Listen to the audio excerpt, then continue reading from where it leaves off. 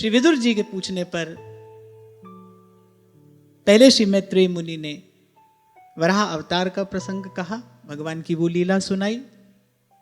फिर विदुर जी ने अगला प्रश्न किया कि हे महामुनि, आपने कथा के आरंभ में सुनाया था कि मनु और शत्रुपा की 5 संतानें हुई, 2 पुत्र, कौन? प्रियव्रत और उत्तानपाद, और 3 कन्याएं, आकुति, प्रसूति और देवहूति। उसमें जो देवहूति थी वो यमादि लक्षणों से संपन्न थी। कर्दम ऋषि से उनका विवाह हुआ, कपिल भगवान उनके यहाँ अवतीर्ण हुए। विदुर जी ने कहा कि भगवान का उनके यहाँ पर अवतार हुआ, आप वो सब लीला, आप वो सब कथा आप हमको विस्तार से सुनाइए। ब्रह्मा जी ने अपने सब पुत्रों को आज्ञा दी कि जाओ भाई, अब प्रजा की वृद्धि करो, सृष्टि का विस्तार करो। तो गृहस्थ आश्रम में प्रवेश करने से पहले कर्दम ऋषि तप करते हैं, भगवान का आराधन करते हैं। यहां सबसे पहली ये बात हमको समझ लेनी चाहिए कि भाई संसार का भोग भोगने के लिए भी शरीर शक्ति संपन्न होना आवश्यक है। अगर जीवन में संयम सदाचार नहीं होगा तो संसार का भोग भी नहीं भोगा जा सकता। अब मान लीजिए एक व्यक्ति के पास उत्तमोत्तम व्यंजन तो है, लेकिन उसकी पाचन क्रिया ही ठीक नहीं है, तो वो व्यंजनों का करेगा क्या? आप अपने ही अनुभव से बताओ, घर में सब सुख सुविधा हो लेकिन व्यक्ति बीमार पड़ा हो, तो वो जो सुख सुविधा की जो साधन सामग्री है, क्या वो व्यक्ति को सुख देती है? इसीलिए बड़े लोग सदा से कहते हैं पहला सुख निरोगी काया। सबसे पहला सुख तो यही है भाई, शरीर स्वस्थ रहे। शरीर स्वस्थ रहेगा 2 कारणों से। सबसे पहले संयम और फिर दूसरा परिश्रम। संयम करके पहले शक्ति का संचय किया जाए और फिर परिश्रम करके शक्ति का सदुपयोग किया जाए। आप देखिए, कर्दम ऋषि गृहस्थ आश्रम में प्रवेश करने जा रहे हैं, पर उससे पहले उन्होंने भगवान की आराधना की। इसलिए हमारे यहाँ बड़ी सुंदर व्यवस्था थी, अब तो थी ही कहना पड़ेगा, क्योंकि आज तो उसका दर्शन नहीं होता कि भाई 25 वर्ष तक पहले व्यक्ति ब्रह्मचर्य आश्रम में ही रहेगा। गृहस्थ में प्रवेश करने से पहले वो ब्रह्मचर्य आश्रम में रहेगा, संयम सीखेगा, सदाचार सीखेगा, और संयम और सदाचार से शक्ति का संचय करेगा, फिर गृहस्थ में प्रवेश करेगा।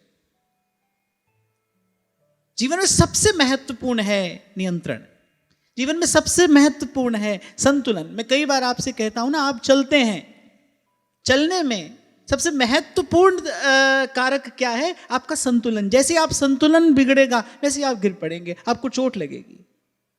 इसीलिए सदा से आपको कहता हूं, कुछ भी यहाँ सारा का सारा काम का नहीं है और कुछ भी यहाँ बिल्कुल बेकार भी नहीं है। संतुलन में जीवन की सुंदरता निहित है। सबसे महत्वपूर्ण है जीवन में नियंत्रण का होना। जैसे एक उदाहरण मैंने आपको कभी दिया था, भाई कितनी भी महंगी गाड़ी क्यों ना हो, पर भाई उसमें ब्रेक तो होनी चाहिए ना। आप जहां चाहें वो रुक तो जाए। आपसे कोई कहे भाई 5 करोड़ की गाड़ी आओ, आपको घुमा कर लाते हैं, और जैसे आप उसमें बैठो बोले ब्रेक नहीं है इसमें, तो आप कहोगे भाई हम अपनी साइकिल पर ही अच्छे हैं, हमको इस गाड़ी में नहीं बैठना है, क्योंकि उसमें ब्रेक ही नहीं है, उसमें कोई नियंत्रण ही नहीं है। तो जीवन में नियंत्रण होना बड़ा आवश्यक है। और नियंत्रण कहां से आता है? नियंत्रण आता है धर्माचरण से। इसीलिए कोई भी मत हो, कोई भी विचार हो, वो एक बात कहते हुए सुनाई पड़ेंगे, श्री गुरु चरण सरोज रज निज मन मुकुर सुधार। बोलिए जो बिगड़ा मन सुधरेगा कैसे? बोले गुरुजनों के अनुशासन में रहने से, गुरुजनों के बताए हुए मार्ग पर चलने से। धर्मस्य तत्वम निहितम गुहायाम। बड़ा सुंदर वाक्य हमको शास्त्र में प्राप्त होता है कि तर्को प्रतिष्ठा श्रुतयो विभिन्ना नैको ऋषिर्यस्य मतम प्रमाणम। बोले वेदों की श्रुतियां भी अलग अलग प्रकार की बातें करती हैं, और कोई भी एक ऐसा ऋषि नहीं है जिसका मत पूर्ण रूप से प्रमाण हो, जिसको पूर्ण रूपेण माना जा सके। कुछ हमारे काम का होगा, कुछ हमारे काम का नहीं होगा, कुछ हमारे अनुकूल होगा, कुछ हमारे अनुकूल नहीं होगा। धर्मस्य तत्वम निहितम गुहायाम महाजनो येन गतः सपंथा। एक ही तरीका है भाई, अपने गुरुजनों के अनुशासन में रहिए, गुरु के बताए मार्ग पर चलिए। कृपा पात्र सोई जानिए जो आज्ञावर्ती होए। अब कर्दम ऋषि का अंतःकरण तो बड़ा उज्जवल है, भगवान की आराधना के लिए बिल्कुल तैयार है, वो परिपक्व हैं। पर ब्रह्मा जी की आज्ञा, उनके पिता की आज्ञा है, भाई नहीं तुमको गृहस्थ आश्रम में प्रवेश करना है। पर गृहस्थ आश्रम में प्रवेश करने की विधि क्या है? पहले भगवान की आराधना करें, पहले कुछ काल संयमित जीवन यापन करके शक्ति का संचय करे, फिर उसके बाद परिश्रम करके शक्ति का सदुपयोग करे, तब सुख रूपी फल प्राप्त होता है। तो पिता की आज्ञा है कि तुमको गृहस्थ आश्रम में प्रवेश करना है। पिता की आज्ञा का पालन करने के लिए कर्दम ऋषि ने भगवान की आराधना की, निर्मल मन से भगवान की आराधना की, भगवान प्रसन्न हुए, भगवान का दर्शन हुआ। और जैसे ही भगवान का दर्शन हुआ, यहां भगवान वेदव्यास कहते हैं, जात हर्षो पतन मूर्तना क्षितौ लब्ध मनोरथः गीर्भिस्तभ्यगृणात् प्रीति स्वभावात्मा कृतांजलि। पहले तो भगवान का दर्शन करते ही यं लब्धवा पुमां तृप्तो भवति, सारी कामनाएं ऐसा लगा कि पूर्ण हो गई। अच्छा, होता भी ऐसा ही है।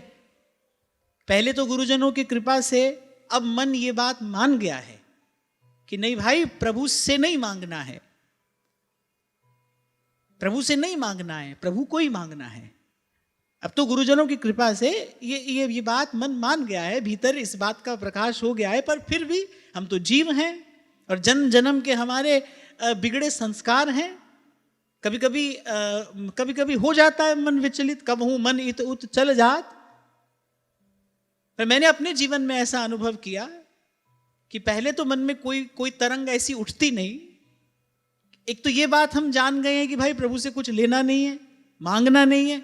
और फिर दूसरी बात, गुरुजनों की कृपा से ये भी समझ में आ गया है, बिन बोले सब किछ जान, किस आगे कीजय अरदास, बिन बोलिया सब किछ जान। ऐसे भी मांगने की कोई जरूरत नहीं है, ऐसे भी मांगने की कोई जरूरत नहीं है। हमारे प्रभु ऐसे शील निधान है, मांगने का अवसर वो आने ही नहीं देते। तो किसी भी प्रकार से आप देखो, मांगने की आवश्यकता नहीं है।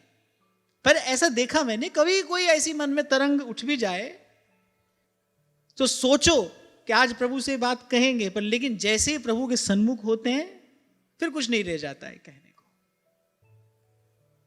फिर तो तुम सामने खड़े हो और मैं बस। तो ऐसे ही कर्दम ऋषि के मन में कुछ था तो कि भाई जब भगवान प्रकट होंगे तो उनसे आशीर्वाद मांगेंगे। पर जैसे ही भगवान का दर्शन हुआ, दर्शन होते ही सब कामनाएं पूर्ण हो गई। यही प्रभु के दर्शन का फल है। इसलिए तुलसी बाबा बड़ी प्यारी बात कहते हैं, मम दर्शन फल परम अनुपा। मैं एक बात और यहां पर कहूंगा, ठाकुर जी के सन्मुख आप हुए, आपने मांग लिया और आपको मिल गया, आप ये ना समझना भगवान की बड़ी कृपा हो गई। आपने दर्शन ही नहीं किया, क्योंकि भगवान के दर्शन का तो ये फल ही नहीं है। मम दर्शन फल परम अनुपा, जीव पाव निज सहज स्वरूपा। तुलसी बाबा को जितने प्रणाम किए जाएं उतने कम है। एक पंक्ति में क्या क्या नहीं कह दिया तुलसी बाबा ने। कहते जीव पाव निज सहज स्वरूपा। और जीव का निज सहज स्वरूप क्या है? हम तुम्हारे थे प्रभु जी, हम तुम्हारे हैं। मैं हूं श्री भगवान का, मेरे श्री भगवान, ये जीव का सहज स्वरूप है। और जैसे ही भगवान का दर्शन होता है, जीव अपने सहज स्वरूप में स्थित हो जाता है। और जैसे ही उसको यह पता चलता है कि मैं तो इन्हीं का हूं, फिर क्या मांगना शेष रह जाता है। इसलिए नारद जी ने कहा, यं लब्धवा पुमांग अमृतो भवति सिद्धो भवति तृप्तो भवति। प्रभु का दर्शन ऐसा है। तो ऐसा अनुभव हो तो समझना दर्शन किया। और ऐसा अनुभव मुझे ऐसा लगता है भाई, संतों की ओट में प्रभु के पास जाने से होता है, सीधे जाने से नहीं होगा। राम सिंधु घन सज्जन धीरा, चंदन तरु हरि संत समीरा। ऐसा अनुभव, दर्शन से ऐसी तृप्ति आपको तभी होगी जब आप संतों की ओट में जाकर भगवान का दर्शन करोगे। दीन बचन संतन संग दरस परस की जय, तीन बचन संतन संग चलो 2-4 पंक्तियां गुनगुनाते हुए आगे बढ़ेंगे। नरदेहि पाई चित चरण कमल दीजे, नरदेहि पाई चित चरण कमल दीजे, नरदेहि पाई चित चरण कमल दीजे, नरदेहि पाई चित चरण कमल दीजे। जैसे मैं आपसे कह रहा हूं ना, संत की ओट में ठाकुर जी के पास जाना चाहिए। और मुझे ऐसा लगता है भाई, प्रभु की बात भी संत की बात की ओट में ही कहनी चाहिए। मैं अपनी ओर से कुछ ना कहूं, जो कहूं वो संतों की वाणी का, संतों के शब्दों का आश्रय लेकर कहूं। नरदेहि पाई चित चरण कमल दीजे, नरदेहि पाई चित चरण कमल दीजे, नरदेहि पाई चित चरण कमल दीजे, नरदेहि पाई चित चरण कमल दीजे। दीन वचन संतन संग दरस परस कीजे, दीन वचन संतन संग दरस परस कीजे, दीन वचन संतन संग दरस परस कीजे। दीन वचन संतन संग दरस परस कीजे। जैसे ग्रंथ हो पर गुरु ना हो, ग्रंथ किस काम का है? मैंने कहा था ना आपसे, श्री गोपालाचार्य जी महाराज कहते थे, भाई अक्षर तो काला है, काला अक्षर कहां से ज्ञान देगा? ये काला अक्षर ज्ञान का प्रकाश कैसे करेगा?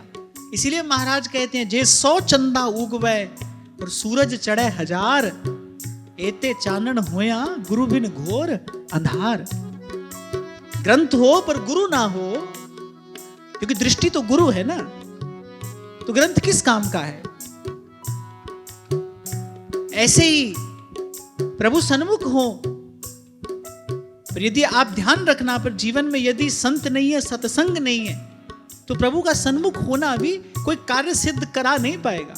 भगवान तो दुर्योधन को भी दिखाई पड़ते थे, वो भी तो भगवान का दर्शन करता था, कोई परिणाम नहीं आया। उल्टे हरि आए वन दूत, उल्टे वो अवज्ञा करता है, अपराध करता है। क्या नहीं है उसके जीवन में? कौन नहीं है? संत नहीं है।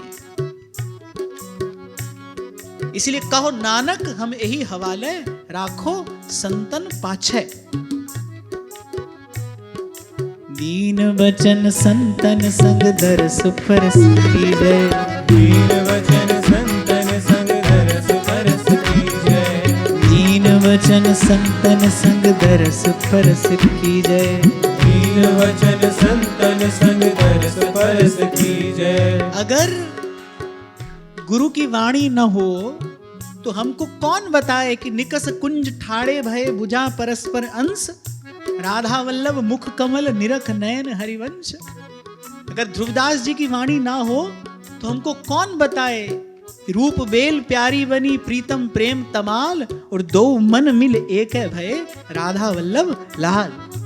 इसलिए कह रहा हूं, ग्रंथ हो गुरु ना हो तो ग्रंथ काम का नहीं है, भगवंत हो और संत ना हो तो भाई भगवंत भी काम का नहीं है।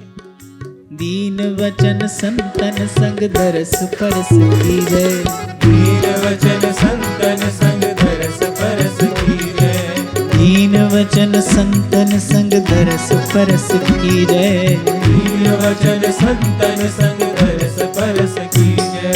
लीला गुण अमृत रस श्रवणन पुट पीजे, लीला गुण अमृत रस श्रवणन पुट पीजे, सूरदास गिरिधर जस गाए गाए जीजे, सूरदास गिरधर जस गाए गाए जीजे, सूरदास गिरिधर जस गाए गाए जीजे, सूरदास गिरधर जस गाए गाए जीजे, सूरदास गिरिधर जस गाए गाए जीजे, सूरदास गिरधर जस गाए गाए जीजे, सूरदास गिरिधर जस गाए गाए जीजे, सूरदास गिरधर जस गाए गाए जीजे।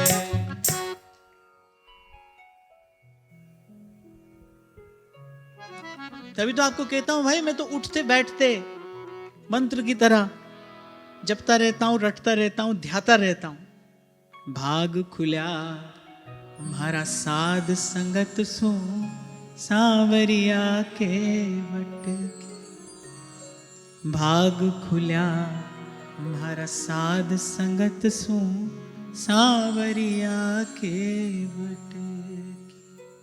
मीरा के प्रभु गिरधर नागर, मीरा के प्रभु गिरधर नागर, जन्म मरण सू छुटगी मेरो मन, लाग्यो हरि जी सू अब ना रहूंगी मैं अटकी। मेरो मन लाग्यो हरि जी सू अब ना रहूंगी मैं अटकी। तो भगवान का दर्शन हुआ, मन तृप्त हो गया। कुछ कहना तो था, फिर लगा अब कुछ कहने को नहीं है।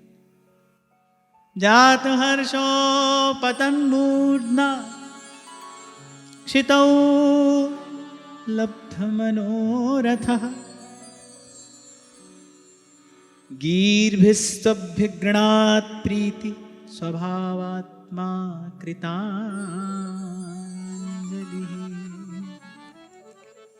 पहले भाव में भरकर भूमि पर मस्तक रखकर भगवान को प्रणाम किया। एक टक भगवान की रूप माधुरी को निहार रहे हैं। अच्छा, प्रभु का स्वरूप कैसा है? सत्य चित्त आनंद। ऐसे ही भगवान के स्वरूप का साक्षात्कार होता है। रोम रोम ज्ञान के उस प्रकाश से प्रकाशित हो जाता है ना, सुवासित भी हो जाता है और प्रकाशित भी हो जाता है।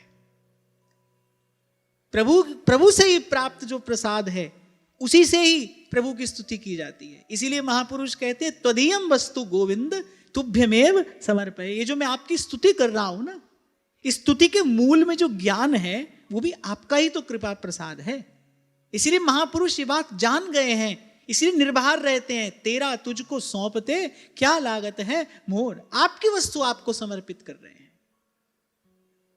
ये जो स्तुति के शब्द है ना प्रभु, ये भी आपके द्वारा प्रदत्त प्रसाद ही तो है। आपने ही तो अपने स्वरूप का ज्ञान कराया है, आपने अपने स्वरूप का बोध कराया है, तभी तो आपकी स्तुति कर पा रहे हैं। तुम्हारी कृपाते तुद पछाड़ा,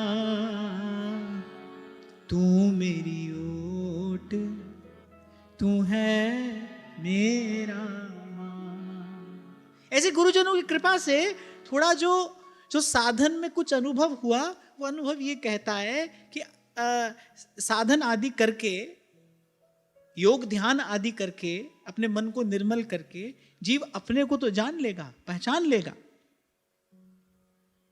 लेकिन प्रभु को तो प्रभु की ही कृपा से जाना जाता है। जब तक प्रभु ना चाहें तब तक मन भी उनकी ओर नहीं जा सकता, नहीं जा सकता, नहीं जा सकता। इसलिए श्रीमद् वल्लभाचार्य निर्भ्रांत होकर ये घोषणा करते हैं कि जीव का यदि कल्याण होता है तो हे कृष्ण आपकी पुष्टि से होता है, आपके अनुग्रह से होता है। श्री जी तमरी शरण वल्लभ, तमरी शरण। सब वैष्णवाचार्यों ने जीव के लिए यही परम धर्म बताया, भगवान के शरणागत हो जाए।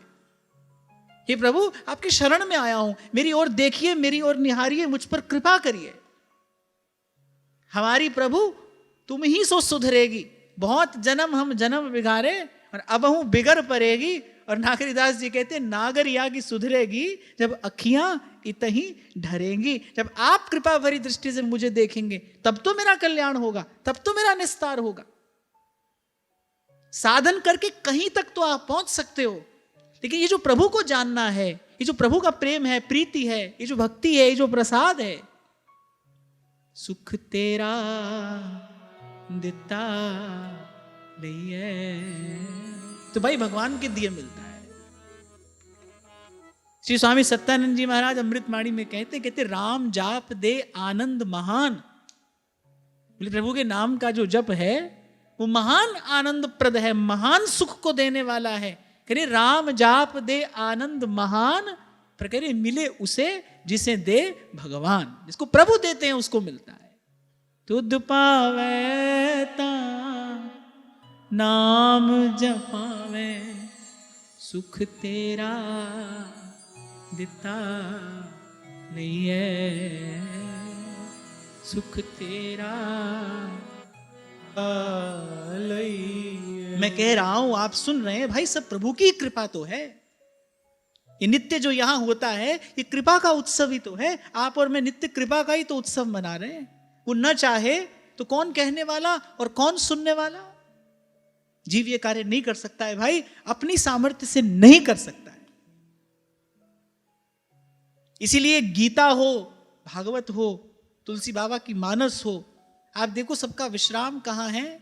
मूसम दीन न दीन हित, तुम समान रघुवीर।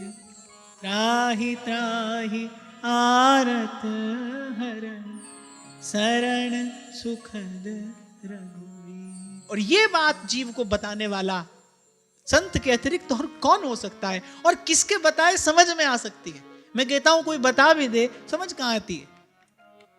ये तो कोई जागा हुआ महापुरुष जिसकी चेतना जागृत है, जिसकी वाणी में प्रभु की कृपा का ओज और तेज झलकता है, उसी का शब्द तो भीतर प्रवेश करता है ना।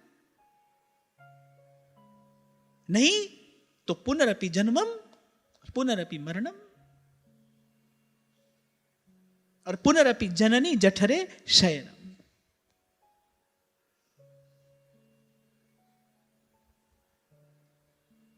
तो भगवान के दर्शन से इतना आनंद हुआ, हृदय सुवासित हो गया, रोम रोम प्रकाशित हो गया। प्रभु के दिए हुए उस प्रसाद से, उस ज्ञान से प्रभु की स्तुति करते हैं। जुष्टम बताद्याखिल सत्वराशे, सांसिध्यमक्ष्णोस्तव दर्शनान्नः, यद्दर्शनं जन्मभिरीड्य सद्भिराशासते योगिनो रूढ़योगा।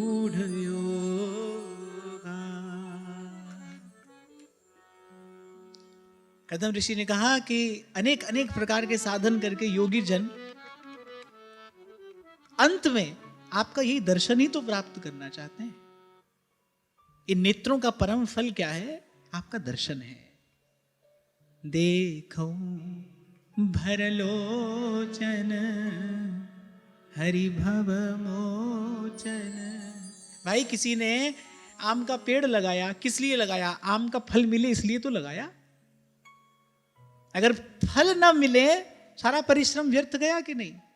ऐसे ही मनुष्य का जन्म मिला, भारत भूमि पर मिला, पर भाई इस मानव जीवन का जो फल है अगर वो नहीं मिला तो फिर सब परिश्रम व्यर्थ ही तो गया। और फल क्या है? देखो भरी लोचन हरि भव मोचन, यही लाभ शंकर जाना। अच्छा, यहां ये जो अहिल्या ये स्तुति करती है ना, और जब ये कहा कि यही लाभ शंकर जाना, महादेव को ही क्यों स्मरण किया? एक तो वो गुरु हैं, त्रिभुवन के गुरु हैं, और दूसरा प्रभु के दर्शन का सुख क्या है, प्रभु के भजन का सुख क्या है, प्रभु के सुमिरन का सुख क्या है। ये जानने वालों में महादेव अग्रगण्य है। इसीलिए कहा वैष्णवा नाम यथा शंभु। प्रभु के दर्शन का सुख क्या है, प्रभु के भजन का सुख क्या है, प्रभु के श्री चरणारविंद के सेवन का सुख क्या है, इसको जो जानते हैं उनमें सबसे पहले सबसे श्रेष्ठ मूर्धा पर अगर कोई है तो महादेव है। नमामि शमीशान निर्वाण रूपम विभुम।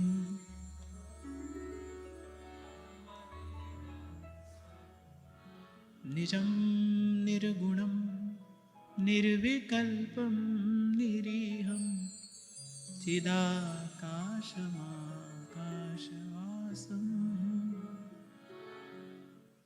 तो गर्दम जी ने कहा भाई हमको तो आज नेत्रों का फल मिल गया। जितने भी साधन हैं, जितनी भी युक्तियां हैं, बोले अंत में बस आपका दर्शन ही प्राप्त करने के लिए है। अच्छा, और भगवान का दर्शन ऐसा सुलभ नहीं है। महाप्रभु जी ये बात कह रहे हैं, यो ब्रह्म रुद्र शुक नारद भीष्म मुख्यई रालक्षितो न सहसा पुरुषस्य तस्य। गोपाल गोकुल वल्लवी प्रिय गोप गोसुत वल्लभम चरणारविंदमहं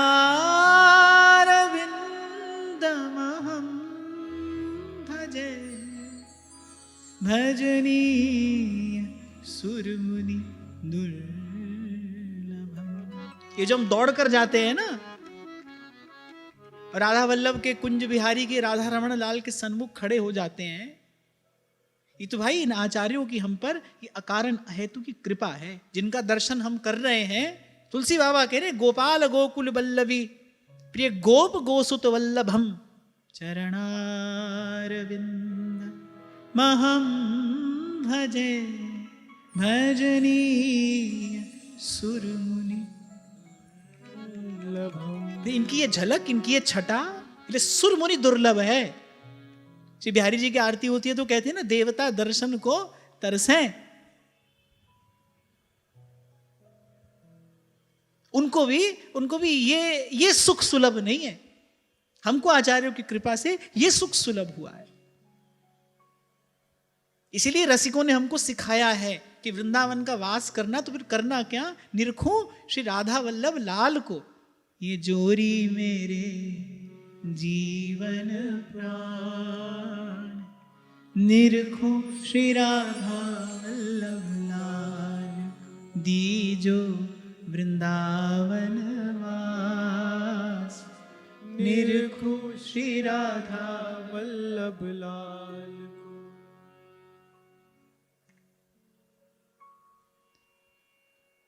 ये माययाते हतमेधसस्व पादारविन्दं भवसिन्धुपोतम् उपासते कामलवाय तेषां राशीष कामान्निरयेऽपि ये स्युः। बड़ी सुंदर बात करदम ऋषि ने कही। सबसे पहले तो कहा कि जो आपके चरण कमल हैं वो भव सागर से पार जाने के लिए जहाज हैं। जैसे कोई जहाज पर बैठ जाए, फिर उसके बाद उसको कुछ नहीं करना है, फिर उसके बाद तो कोई परिश्रम नहीं करना है ना। कभी बैठे हो जहाज में? अरे जहाज में नहीं, नाव में तो बैठे होगे, इस पार से उस पार तो गए होगे।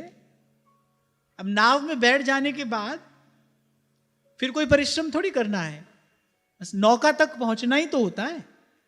ऐसे करदम ऋषि कह रहे प्रभु आपके जो चरण कमल हैं, पादारविंदम भवसिंधु पोतम। अच्छा, एक और बात है यहां पर विचार करने की। नौका नहीं कहा है भगवान के चरणों को, जहाज कहा। जहाज क्यों कहा? जहाज सुदृढ़ होता है, छोटे मोटे तूफान से डोलता नहीं है। कितना भी बड़ा तूफान हो, जहाज तो पार लगा ही देता है। इसलिए कहा आपके जो चरण कमल हैं, अगर कोई और साधन करेगा, और जितने साधन हैं, बोले वो छोटी छोटी नौकाएं हैं,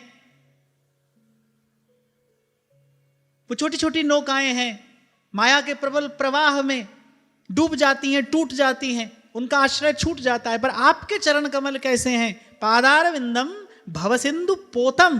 बोले ये उस पार जाने के लिए जहाज हैं। जैसे महाराज वाणी में कहते हैं ना, नानक नाम जहाज है, फिर जो चढ़ गया, चढ़े से उतरे पार। अच्छा, एक और बात है, अब जहाज जब तट छोड़कर चलता है, अब उसके बाद आप चाहो तो भी उतर नहीं सकते, नहीं उतर सकते ना। कहां जाओगे? जैसे उड़ी जहाज को पंछी पुनी जहाज पे आवे। सूरदास कहते हैं ना, मेरो मन अनंत कहां सुख पावे।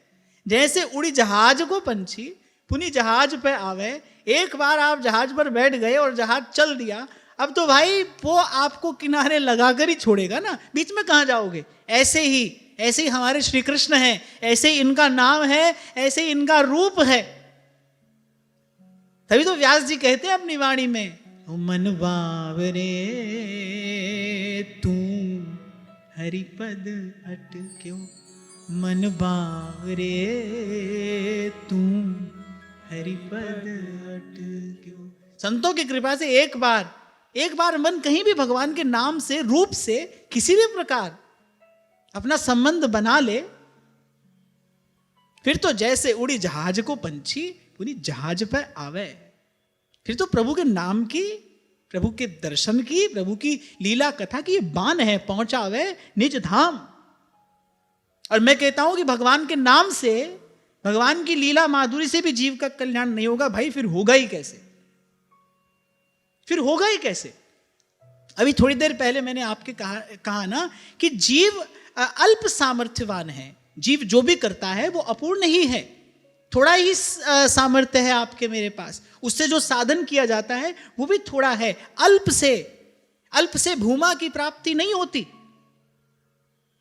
ये जो अल्प साधन है इससे उस अनंत की प्राप्ति नहीं हो सकती।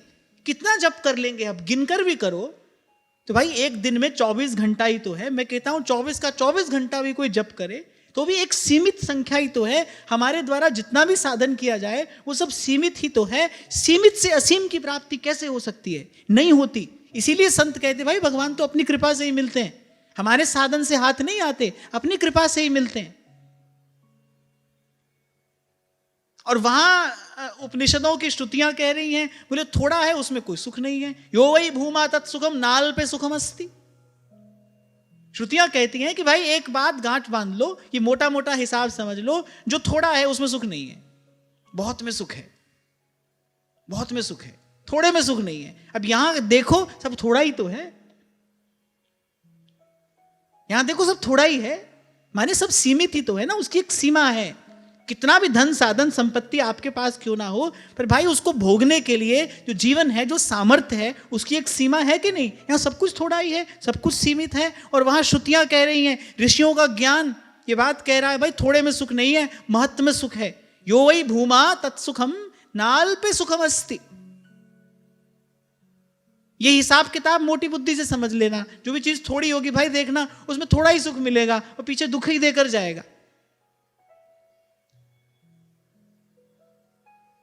तो अगर इससे भी जीव का कल्याण नहीं हो फिर होगा ही कैसे? होता है भाई, अवश्य होता है। इसी श्रद्धा से, इसी विश्वास से लगना है भगवान के नाम में, भगवान के दर्शन में, भगवान की सेवा में, भगवान की लीला कथा में, कि भाई हम तो जहाज पर चढ़ गए हैं, अब तो उस पार पहुंचेंगे। लीला गुण अमृत रस श्रवणन पुट पीजय, सूरदास गिरिधर जस गाए गाए जी। नानक जो निस दिन भजे सफल होई तिहि काम। सब सुख दाता राम है और दूसर नाहिन कोय। तो यहां कहा कि आपके चरण कमल जहाज हैं, पादार विंदम भव सिंधु पूतम। इसीलिए सूरदास जी ने कहा भाई जहाज पर चढ़ जाना। नरदेही पाई चित चरण कमल दीजै, सूरदास गिरिधर जस गाए गाए जी। हाँ, पर इस जहाज पर चढ़ने के लिए देना क्या पड़ेगा? भवानी शंकरो वंदे श्रद्धा विश्वास रूपिणो। इसलिए मैंने कहा श्रद्धा युक्त चित्त से सुदृढ़ विश्वास हृदय में धरकर और फिर लगना है इसमें। जैसे ध्रुवदास जी कहते हैं ना, कहा न होई सत्संगते। देखो तिल और तेल, वो ये नहीं कहते सत्संग से क्या क्या होता है, बात कहने का तरीका देखो। ध्रुवदास जी ये नहीं कह रहे कि सत्संग से क्या होता है, क्या क्या होता है, कह रहे क्या नहीं होता है। कहा न होई सत्संगते, जीव भगवान को पा जाता है। और क्या होगा, और क्या होना रह गया? जीव प्रभु को पा जाता है, और क्या होना रह गया?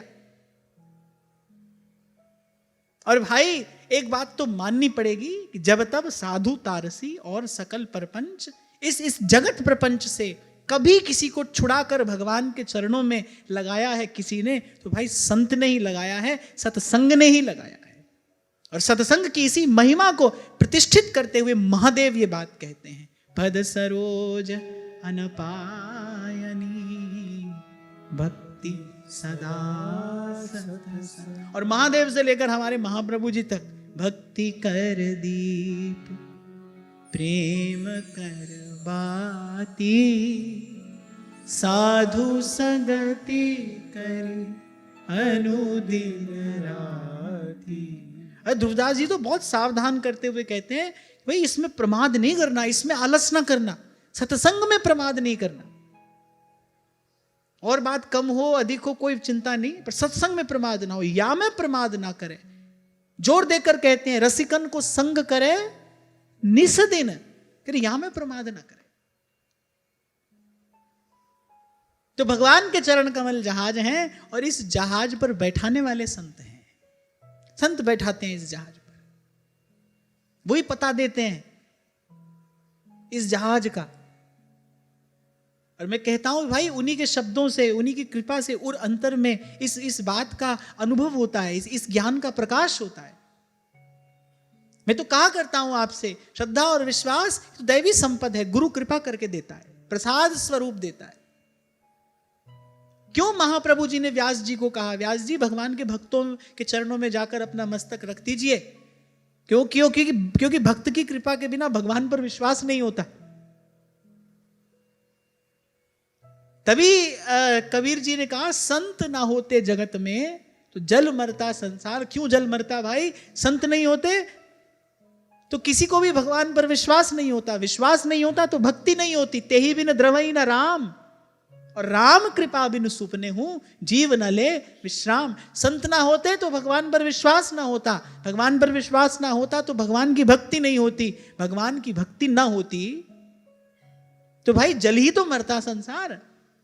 इसीलिए कहा संत ना होते जगत में जल मरता संसार। और कहा बीच की बात आप समझ लेना, चिंतन करोगे तो बीच की बात समझ में आ जाएगी। उन्होंने दोनों छोर की बात कह दी और कहा भाई बीच में भी कुछ है वो आप समझ लेना। क्यों संत ना होंगे तो संसार जल मरेगा? संत नहीं होगा तो भाई भगवान पर विश्वास कैसे होगा? जन्म जन्म से इसी संसार को देखा सुना भोगा है, इसी का चिंतन किया है, इसी का भजन किया है, इसी में श्रद्धा है, इसी का ही विश्वास है। संसार में ही श्रद्धा है और संसार का ही विश्वास होता है। ले देकर यही तो लगता है भाई धन काम आ जाएगा, पति काम आ जाएगा, पुत्र काम आ जाएगा, ये काम आ जाएगा, वो काम आ जाएगा, यही तो लगता है। इस प्रपंच से कौन मुक्त कराता है? प्रपंच बंच सब काल व्याल को खायो, यह जिए जान श्याम श्यामा पद कमल संगी सिर नायो। इसलिए महाप्रभु जी ने कहा व्यास जी उनके चरणों में अपना मस्तक रखिए, वहां से विश्वास प्राप्त होगा। प्रभु हैं और ऐसे हैं। अभी कहा ना मैंने थोड़ी देर पहले, शास्त्र का वाक्य है तर्को प्रतिष्ठा श्रुतयो विभिन्ना नैको ऋषिर्यस्य मतम प्रमाणम। पुस्तक में खोजने जाओगे तो कोई प्रमाण नहीं मिलेगा, कोई ठौर नहीं मिलेगी, कोई ठिकाना नहीं मिलेगा। महाराज जी कह रहे हैं कि वेदों की श्रुतियां भी तो भांति भांति की बात कहती हैं, किसको मानोगे किसको छोड़ोगे। और नैको ऋषिर यस्य मतम प्रमाणम, और कह रहे हैं एक भी ऋषि ऐसा नहीं है जिसके वचन को आप पूर्ण रूपेण प्रमाण मान लें। उसमें कोई ना कोई अभाव आपको मिलेगा, या तो आप उसके अनुकूल नहीं होंगे या वो आपके अनुकूल नहीं होगा। फिर कहा धर्मस्य तत्वम निहितम गुहायाम। बोले धर्म का जो तत्व है बड़ा गूढ़ है, तो भाई उसको जाने कैसे? तब कहा महाजनो येन गतः सपंथा। जिस मार्ग पर महापुरुष चलकर गए हैं श्रद्धा और विश्वास से, उसी मार्ग पर चलिए और अंतर में प्रकाश होगा। श्रोता सोई परम सुजान सुनत चित रति करे। पहली मांग यही है भाई, प्रथम हृदय श्रद्धा जो करे। अब दिन रात वही संसार के विषयी जनों का संग करोगे, कहां से श्रद्धा और विश्वास की संपत्ति मिलेगी? संसार का संग करने से तो श्रद्धा युक्त चित्त में भी संशय उत्पन्न हो जाता है। मैं आपको छोटा सा उदाहरण दूं भाई, आप लगे हो भजन में और दो चार मुसीबत एक के बाद एक आ जाए जीवन में, तो तीसरा व्यक्ति आपको कह देगा लो और कर लो भगवान का भजन। कोई ना कोई आपके कान में बात डाल देगा, बोले जब से भजन करने लगे हो तब से ऐसा हो गया।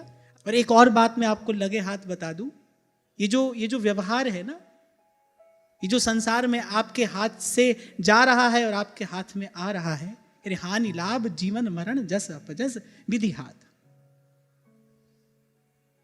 मूढ़ बुद्धि ही इसके लिए प्रयास करता है और मूढ़ बुद्धि ही मन में ये विचार करता है भाई किसी के आशीर्वाद से मिल जाएगा या चला जाएगा। रत्ती घटे न तिल बढ़े जो लिख दी करतार। आप कहो संत के आशीर्वाद से क्या होता है, पहले ये तो जान लो संत का आशीर्वाद होता किस लिए है। अब आप ये कहो कि संत के आशीर्वाद से क्या होता है, अरे संत का आशीर्वाद इसके लिए होता ही नहीं है। संत का आशीर्वाद होता ही आत्म कल्याण के लिए है, संत मिलता ही आत्म कल्याण के लिए है। आपके व्यवहार की सिद्धि के लिए थोड़ी संत है। संत मिला ही आपको वहां से हटाकर भगवान के चरणों में लगाने के लिए। अभी कुछ दिन पहले मेरे को शंभू जी ने वो पत्र दिया, बोले हाँ हमारी दुकान बंद हो गई, अब बड़ा सुख है, बड़ा आनंद है, अब भजन में सेवा में कोई झंझट नहीं है, अब जैसा जो काम अब हमने किया है उसमें हम स्वतंत्र हैं, जितनी देर हम चाहते हैं उतनी देर करते हैं। मैंने ये सब बात उसमें लिखी थी, पढ़कर मुझे बड़ी हंसी भी आई। मैं कहा लेकिन भाई चलो सीधा सच्चा व्यक्ति है, सीधी सच्ची बात हमको लिख कर दे दी। तो संत इसलिए नहीं होता है भाई, संत व्यवहार की सिद्धि के लिए नहीं है। संत के पास तो भगवान में हमारी श्रद्धा हो, भजन में हमारा विश्वास सुदृढ़ हो, संत के पास तो ये संपत्ति लेने के लिए जाना चाहिए। वो तो आपके पास है ही, वो तो आपके पास में है ही, और इतने जन्मों से वो सब था है, कौन सा सुख मिल गया उससे? उलझन सुलझी तो नहीं किसी की, उस सब से किसी की उलझन हमने सुलझते तो नहीं देखी।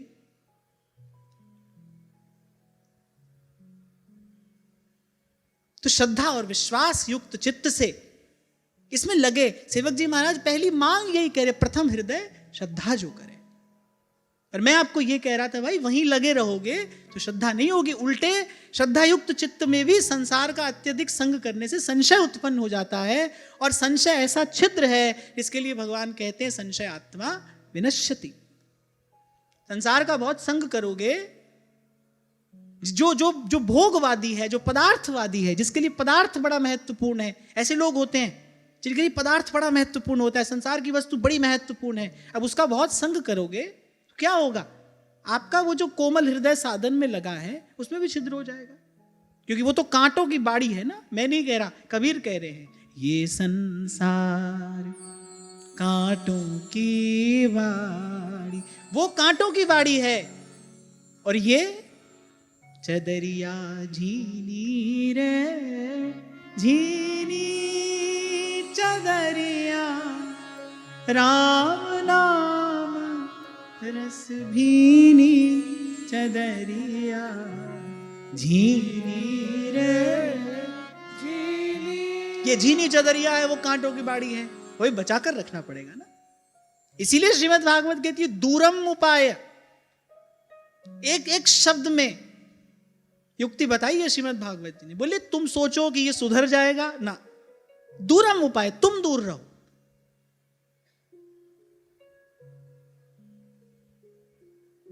गंगा जल में कोई मदिरा मिला दे तो गंगा जल मदिरा हो जाता है या मदिरा गंगा जल बन जाती है? बताओ। गंगा जल ही तो मदिरा हो जाता है, मदिरा गंगा जल नहीं बनती। इसलिए कहा दूरम उपाय। इसलिए बड़े बड़े महापुरुष, सामर्थ्यवान महापुरुष, जिनमें वस्तुतः सामर्थ्य है, वो भी अगर सुधार रहे हैं, सिखा रहे हैं, समझा रहे हैं तो किसको कह रहे? सुन मन मूढ़ सिखावन मेरो। मन को सिखा रहे हैं, मन को समझा रहे हैं। रे मन श्री हरिवंश भज, जो चाहत विश्राम, जिहि रस वस ब्रज सुंदरिन, छाड़ दिए सुख धाम। मन को उपदेश कर रहे हैं, क्योंकि अगर सब सत्य है ना तो फिर ये भी एक सत्य है, इसको भी आपको यूं का यूं स्वीकार करना पड़ेगा। कड़वा है पर सत्य है, ये तो ऐसा ही है भाई, कांटों की बाड़ी। और वो कह रहे उलझ उलझ मर जाना है। कहत कबीर सुनो भई साध, सतगुरु नाम ठिकाना है, सतगुरु नाम ठिकाना रहना नहीं है।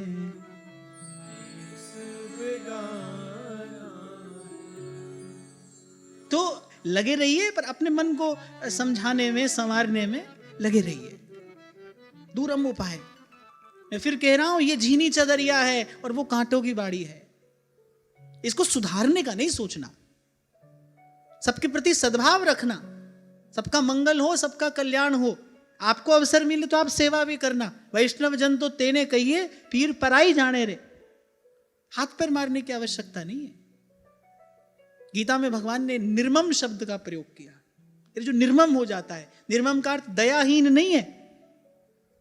निर्मम हो जाने का अर्थ यहां दयाहीन होना नहीं है। निर्मम हो जाने का अर्थ यहां ममता रहित हो जाना है। जो ममता रहित हो जाते हैं, ममता माने ये मेरा है, एक अहमता ममता, यह जग में अति दुखदाई, ये मेरा है और मेरे के साथ सारा सुख दुख जुड़ा है भाई। जितना भी सुख दुख है वो मेरे के साथ ही तो जुड़ा है। मेरा नहीं है तो फिर ना सुख है ना दुख है, मेरा है तो फिर सुख भी है दुख भी है। तो भगवान ने कहा जो निर्मम हो जाता है, माने ममता रहित हो जाता है, सबके ममता ताग बटोरी, मम पद मनहि बांध बर डोरी। तो फिर आ जाएं भगवान के चरणों के पास। कर्दम ऋषि कह रहे ये माया ते हतमेद सस्त्वत पादारविंदम भव सिंधु पोतम। आपके जो चरण हैं बोले नौका है, नौका है, जहाज है। आपके जो चरण हैं बोले उस पार जाने के लिए जहाज है। चरण कमल वंदो हरि राई। मन को भंवरा बना के और ये सिखाना है कि बस इन चरण कमलों से लिपटे रहना।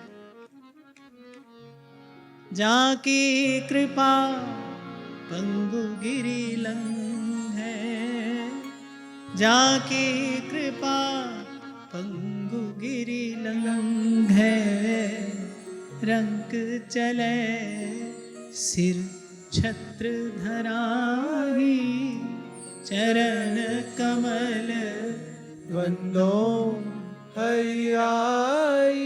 मेरी भक्ति पुष्ट हो रही है कि नहीं, मेरे भाव में उन्नति हो रही है कि नहीं, इसका लक्षण क्या है? ये जो प्रभु के चरण कमलों से प्रीति है ना, ये सहज होती जाए। सहज माने स्वाभाविक ही होती जाए। अभी तो मन को 10 कारण देने पड़ते हैं, भाई इसलिए भगवान से प्रेम करना है। ये जो कहना सुनना है, अपने मन को हम कारण ही तो दे रहे हैं ना, भाई इसलिए भगवान से प्रेम करना है। संसार दुख रूप है इसलिए भगवान से प्रेम करना है, भगवान सुख रूप है इसलिए भगवान से प्रेम करना है। पर ये साधनावस्था ही तो है। सिद्धावस्था क्या है? जाही न चाही कबहू कछु, तुम संग सहज सने। इसलिए थोड़ी देर पहले मैं कह रहा था तुलसी बाबा को जितने प्रणाम करो उतने कम है। इसीलिए शायद सूरदास जी ने कहा था अकबर से, जब अकबर ने पूछा सूरदास जी एक बात बताइए, कविता आपकी श्रेष्ठ है या तुलसीदास जी की? सूरदास जी ने कहा भाई कविता तो हमारी ही श्रेष्ठ है। अकबर ने कहा आपसे तो ऐसे जवाब की उम्मीद नहीं थी, आप तो संत फकीर हैं, आप अपने मुख से अपनी बढ़ाई कर रहे हैं। सूरदास जी ने कहा अरे मूर्ख, गोस्वामी जी ने कविता की ही नहीं, कविता तो मेरी ही श्रेष्ठ है। मेरे तुलसीदास जी ने तो जो कहा है वो तो एक एक शब्द मंत्र है। मानस में जो कहा गया है वो मंत्र है। और मैं बड़े विश्वास के साथ ये बात कहता हूं कि भाई आज इस युग में, इस काल में, इस समय में, जब से मानस प्रकट हुई तब से लेकर आज तक और आगे आने वाले काल तक, अगर कोई भगवान के चरणारविंद की भक्ति प्राप्त करेगा तो कहीं ना कहीं भाई उसके जीवन में मानस की कृपा का स्पर्श अवश्य होगा। श्रीमद् भागवत के कुछ सिद्धांत तो ऐसे हैं जो ज्यों के त्यों कहे गए हैं। श्रीमद् भागवत कहती है तुलयाम लवे नापिना स्वर्गम ना पुनर्भवम भगवत संगी संगस्य मर्त्यानाम किमुताशिषः। वहां तुलसी बाबा लिखते हैं तात स्वर्ग अपवर्ग सुख धरिये तुला एक अंग, तूल ना ताही सकल मिल जो सुख लव सत्संग। यूं लिखा है तुलसी बाबा। हम जैसे लोगों के लिए सरल करके कह दी ये बात। प्रहलाद जी ने कहा आपके अतिरिक्त कुछ और चाहे नहीं, अनंत काल तक हमारे मन में आपके अतिरिक्त किसी और कामना का उदय ना हो। तुलसी बाबा लिखते हैं जाही न चाही कबहू कछु, तुम संग सहज सने, बसहु निरंतरता के सोराउर निज गे। सहज सने, सहज माने जिसमें कोई प्रयास ना हो। मैंने कहा ना अभी तो हम प्रयास कर रहे हैं, प्रयास में लगे हैं, इसलिए थक भी जाते हैं, ऊब भी जाते हैं। अभी हमारा साधन प्रयास है ना, इसीलिए इसमें श्रम भी है। इसीलिए कभी कभी मन में उपरति का सा भाव भी आता है, कभी कभी मन नीरस रूखा सूखा सा भी हो जाता है। अभी उस प्रेम का अनुभव कहां हुआ जिसके लिए नारद कहते हैं प्रतिक्षण वर्धमानम।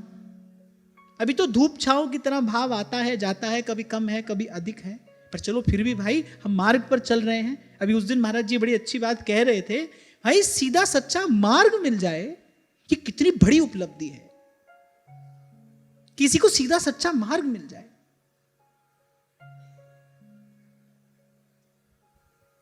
तो हम बड़भागी हैं भाई संतों की कृपा से। संतों की कृपा से हमको ये बात तो समझ में आ गई, भाई प्रभु के चरण कमल ही परम विश्राम है, यही ठौर पाकर ठिकाना मिलेगा। अली किशोरी जाए कहां बड़ो ठिकानो पायो। तो पहले तो करदम ऋषि ने कहा कि आपके जो चरण कमल हैं वो भव सिंधु से पार जाने के लिए जहाज हैं। फिर बड़ी सुंदर बात है, कहते हैं कि ये तो हम जानते हैं कि जिनकी बुद्धि आपकी माया से मारी गई है वही संसार के क्षणिक सुखों के लिए आपके चरण कमलों की आराधना करते हैं। देखो उपासना दो ही प्रकार से तो होती है, एक सकाम है एक निष्काम है। एक बड़ी महत्वपूर्ण बात या मुझे समझ में आई कि भाई भले हम सकाम भी हों, हमारे मन में भले संसार की भी कामना हो, तो भी हम उपासना आराधना भगवान की ही करें।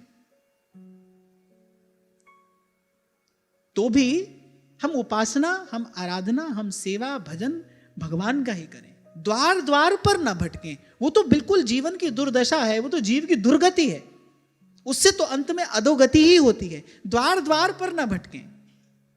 इसलिए सूरदास जी ने कहा, और देव सब रंग भिखार, कहते त्यागे बहु जो अनेरे, बोले हम दूर से ही त्याग दिया भाई उनको। अन्य देव देवी सकल चलत पुंजी सी खोई, और कहले चलत पुंजी सी खोई रोई जग द्योस गवावत। यद्यपि यहां करदम ऋषि ने कहा कि वो जो सकाम उपासना है वो अच्छी नहीं है, वो निंदनीय है। महापुरुष तो उसको दूर से ही त्याग देते हैं, उस वृत्ति का उस भावना को।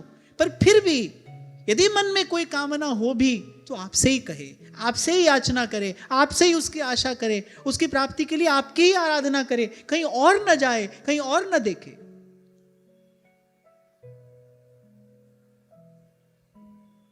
तो पहले तो ये बात समझ में आ जाए तो फिर इसके जैसा तो कुछ है ही नहीं कि किसी भी दृष्टि से भगवान से मांगना उचित नहीं है, ऐसे भी भगवान से नहीं मांगना चाहिए। यहां करदम ऋषि कह रहे हैं, बोले जिनकी बुद्धि आपकी माया से मारी गई है वही मांगते हैं आपसे। जिनका और अंतर संतों के संग से सुसंस्कृत हो गया है, वो तो स्वप्न में भी आपसे किसी प्रकार की कोई कामना नहीं रखते। वो तो निष्काम मति से युक्त होकर सहज चित्त से निरंतर आपका भजन करते। जिनको भजनानंद मिल गया है वो कुछ और नहीं चाहते। अच्छा, भगवान के श्री चरणों के एकांतिक भजन का जो सुख है मैं आपको बताऊं, जो एकांतिक भजन का सुख है, जिसके लिए श्री नेही नागरीदास जी महाराज कह रहे भजन एकांत जिन मन समानी। वो जो एकांतिक भजन का जो सुख है वो एक बार अगर मिला,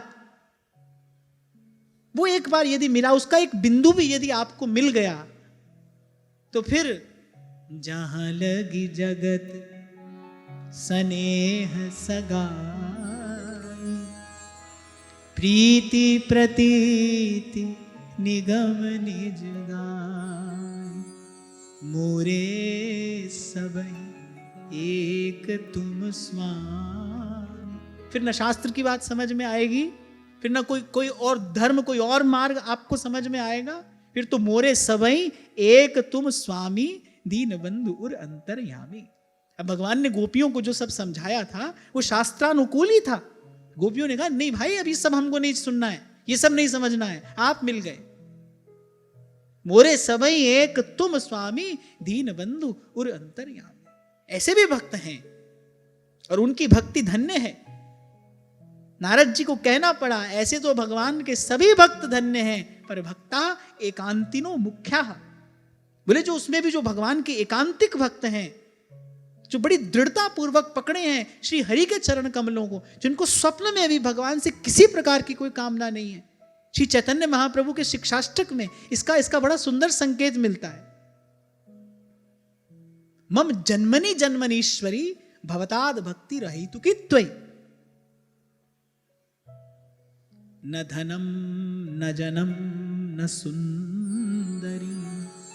आहा, कविताम वा जगदीश कामये। श्री चैतन्य महाप्रभु कह रहे न धन न जन न कंचन न कामिनी न कीर्ति। धन माने कंचन, सुंदरी माने कामिनी और जन माने कीर्ति। बोले न कंचन न कामिनी न कीर्ति न धनम न जनम न सुंदरीम कविताम वा जगदीश कामये। और मैं बड़े सुंदर सुंदर स्तोत्र रचकर आपकी स्तुति करूं ना, ये सब भी नहीं चाहता, क्योंकि इससे भी अंत में संसार में यश और कीर्ति ही तो प्राप्त होती है।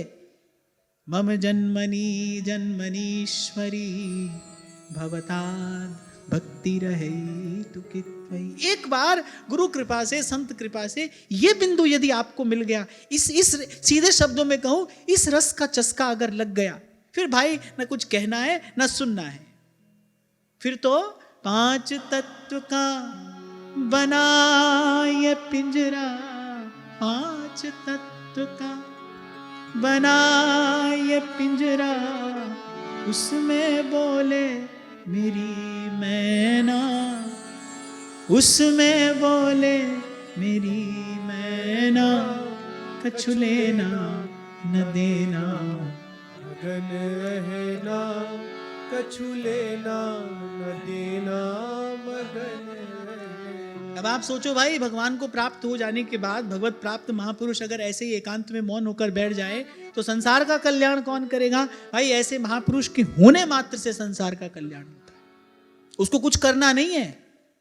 ऐसे महापुरुष के होने मात्र से सृष्टि का मंगल होता है, कल्याण होता है। ऐसा महापुरुष धराधाम पर विराजमान है, उसके होने मात्र से श्रद्धा और विश्वास स्फुरित होते हैं जनमानस के मन मानस में। उसका होना ही पर्याप्त है। वो करे तो अच्छा, ना करे तो भी अच्छा, क्योंकि उसके होने से ही सब हो रहा है। इसी को तो कहते हैं सहज हो जाना। जानत तुम ही हो जाए। आगे कर्दम ऋषि कहेंगे, बोले आप कुछ करते थोड़ी हैं। कर्दम ऋषि ने भगवान से कहा, बोले आप कुछ करते थोड़ी हैं, पर सब हो जाता है। जीव सब करता है, कुछ नहीं होता है, अंत में खाली। अब जीवन लगा दिया, यौवन लगा दिया, धन संपत्ति शक्ति सामर्थ्य सब इस अंधे कुएं में गिरा दिया, अंत में हाथ खाली, कुछ भी नहीं। बाप कहता है मैंने किया, आगे वही डोर बेटा पकड़ लेता है, वो करे मैंने किया।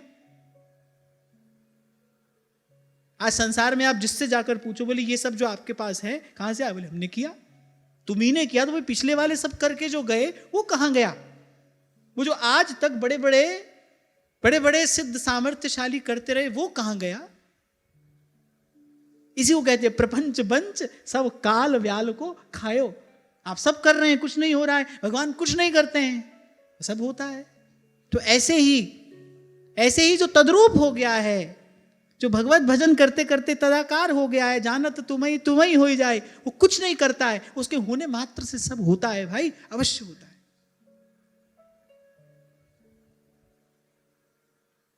वो जब सहज स्वभाव से भगवत भजन करता है, उसके रोम रोम से परमाणु निस्सृत होता है। ऐसा ये जो आपके मेरे मन में भजन के प्रति कुछ श्रद्धा है, भावना है, कहां से आई है ये? अभी तो थोड़ी देर पहले मैंने आपसे कहा, ये आपकी मेरी कमाई पूंजी तो है नहीं। आपके मेरे मन में ये सब भाव कहां से आया? ये जो ऐसे ही एकांतिक महापुरुष है ना भाई, ये उन्हीं के भजन का फल है, उन्हीं का प्रताप है। उन्हीं की कृपा से आप में ये सत्संग का सुख प्राप्त कर रहे हैं।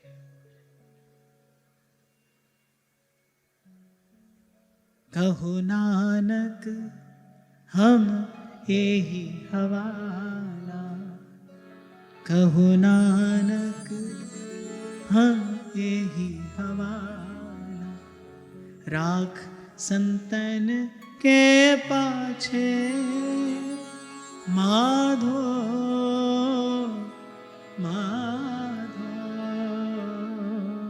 माधो हम ऐसे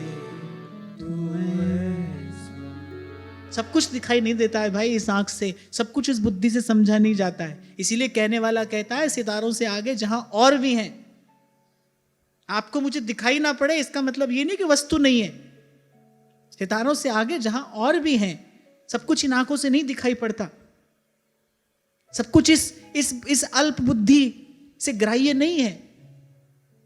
कुछ ऐसा भी है जब गुरु के प्रसाद से और अंतर में उस ज्ञान का प्रकाश होता है, तभी देखा जाता है, तभी समझा जाता है।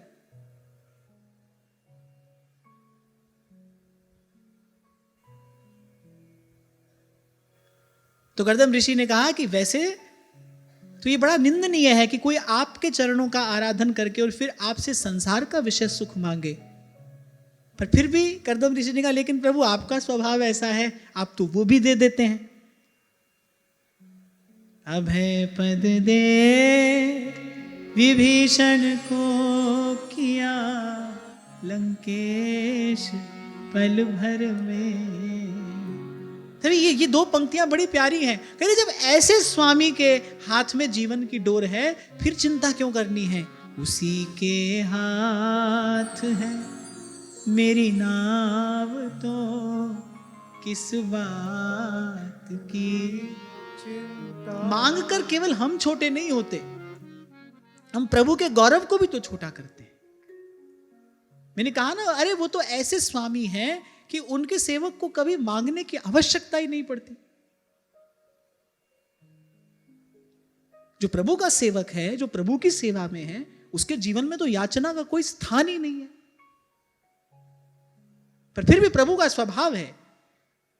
अच्छा देखो, बाकी सब प्रेम प्रसाद तो भगवान ने बाद में दिया विभीषण जी को, पहले आते ही कहा आओ लंकेश। क्या है ना कि जो कामना है वो उदर विदार है, जो संसार की कामना है वो कांटा है। जैसे कांटा गड़ा हो तो व्यक्ति चल नहीं सकता। तो भगवान ने कहा भाई कि हमारी शरण में आया है, ये हमारे प्रेम के, हमारे भक्ति के मार्ग पर कैसे चलेगा? पहले इसके कांटे को तो निकालो। तो इसके मन में जो संसार की कामना का कांटा लगा है, पहले इसको निकालो। तो पहले आते ही भगवान ने कहा आओ लंकेश। हनुमान जी को संकेत किया, पवित्र जल ले आए समुद्र का, अभिषेक कर दिया। बाद में विभीषण जी ने कहा उर कछु प्रथम वासना रही। हाँ प्रभु, हमारे मन में ये वासना तो थी। पर विभीषण जी ने कहा ये भी सच्ची बात है, हमारे मन में कामना थी, लेकिन जैसे ही आपके चरण कमलों का दर्शन हुआ, प्रभु पद प्रीति सरित सो बही। मैं कहता हूं भाई, हमारे मन में कामना, इसको स्वीकार कर लो। दो बात समझ लो आज के इस चिंतन से, दो बात समझ लो। एक तो भगवान के अतिरिक्त किसी से मांगना नहीं है। जो भी रोना है, गाना है, भाई भगवान के सामने ही करना है। तेरे नाल हंसना, तेरे पीछे रोना। एक तो किसी और की तरफ नहीं देखना है, और दूसरी बात, मन में कोई कामना है उसको स्वीकार करिए। इसको ही दंभ कहते हैं, जो है नहीं। व्यक्ति वही दिखने का, वही दिखाने का प्रयास करता है। और हरिवंश नाम लीन जे अजात शत्रु ते सदा, कह रहे प्रपंच दंभ आदि दय। सेवक जी महाराज ने दो कहा, प्रपंच और दंभ। बोले प्रपंच दंभ आदि द्वय तहां कछु न पेखी।